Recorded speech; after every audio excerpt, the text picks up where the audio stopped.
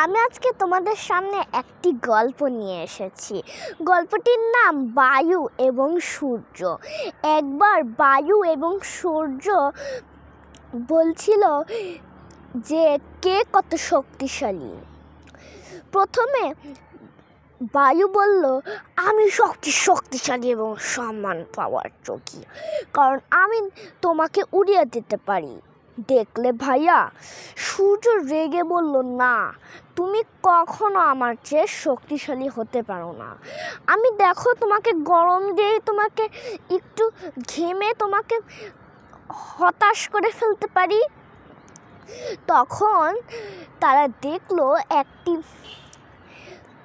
মানুষ সেখানে একটি কাপড় পরে যাচ্ছে বাড়ির দিকে। তখন তারা বলল, চলো একটা প্রতিযোগিতা হয়ে যাক এখনই। সূর্য বলল, আচ্ছা, তাহলে তুমি প্রথমে যাও। তখন বায়ু যে অনেক জোরে একটা নিঃশ্বাস নিল, তারপর করে একদম বাতাস ছড়িয়ে দিতে শুরু করলো।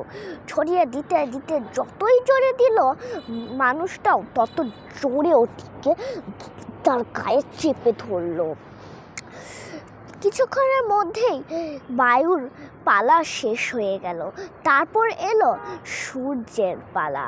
সূর্য শুধু একটু হাসি করলে তার তাপটা হয়ে গেল।